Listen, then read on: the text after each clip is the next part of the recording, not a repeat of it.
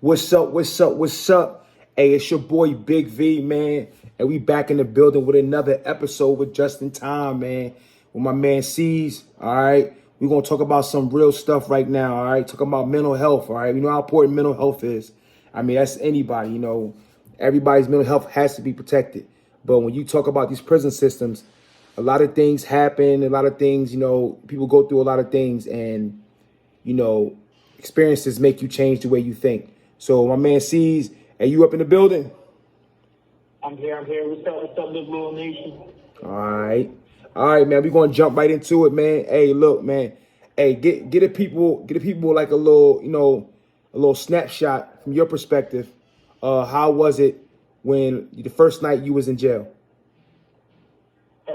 First night, man. I don't remember exactly, but I knew I still thought it was a joke. I didn't take it serious. I thought it was like something is there, something I can go back home and brag about. But then get real that first night. But it did quickly after. Okay. So at what point did you did it really hit you like, yo, I'm really in jail right now?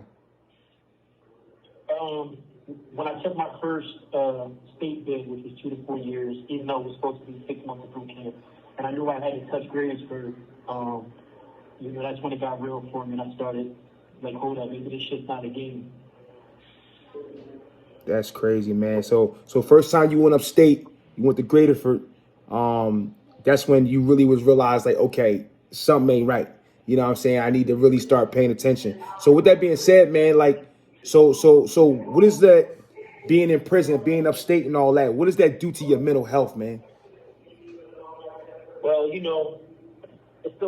takes a transition period, man, and when it really got real was when that first incident happened that we already dropped a video on when I got my face cut. And that's when your mind says, hold up, it's a whole new set of rules.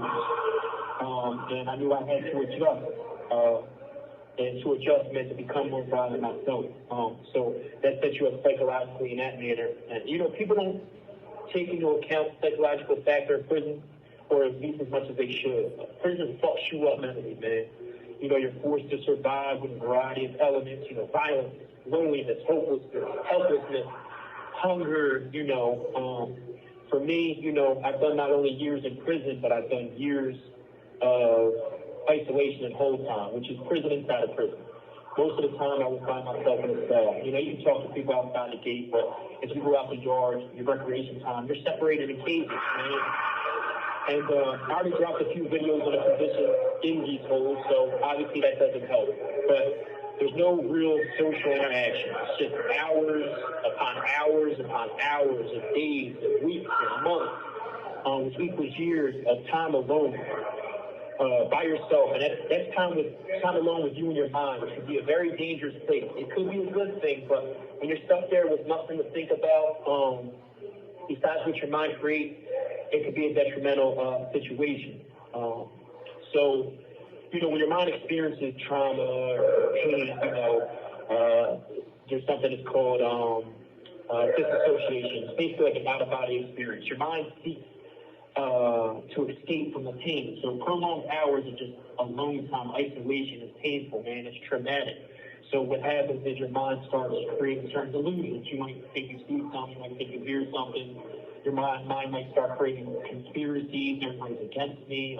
Everybody's dead. Everybody's this, that. And then, being in the environment you're in prison, you already have that violent thought pattern because you had to adjust to the violent lifestyle. So your mind bases that around conspiracies that it's created. I don't want to confuse you too much, but think about it like when people fight dogs, not something I approve of, first off, let me say that, but what they do to train these dogs, they keep them in cages. They lock them away, they keep them away from interaction with people or other animals. Basically, they want to take the care and affection away from that dog. Why? Because it makes them aggressive. It makes them a better fighter. And what happens is it fucks the dog's mind up. It's aggressive, all it knows is now it's violent. And there lies the problem in release ex-incarcerated individuals into society. And I know firsthand what that's like. And it's a lonely place. It's lonelier than jail sometimes. That's crazy, man. Hey, man, you dropped a lot on people's heads right now, man. Like this is 100% real, man. Like, hey, y'all kids, I hope y'all listening. All right, like you can be perfectly normal, and being isolated like that can change the way you move, how you think, all that stuff, man. So make sure y'all keep that in mind before y'all thinking about doing anything stupid to get yourself behind those walls, man. Hey, Ceez, man, you got anything you want to say to the people before you go? Yeah, just real quick, mental health is real, man. And, I keep this short, but before you glorify the violent aspect of it, know that it comes with a lot of pain. The most pain I experience is living in my own mind. So please be mindful and take heed and listen to my words so you don't have to experience it firsthand. Stay elevated, live loyal, and focus on success. All right, man. I appreciate you, man. Hey, thanks for watching. I need y'all to like and subscribe, put on your notifications, you know what I'm saying? So make sure y'all come check us out. We will have a part 2 to this that we're going to get into talking about, transitioning from prison to back in society. So, hey, I love y'all and we out.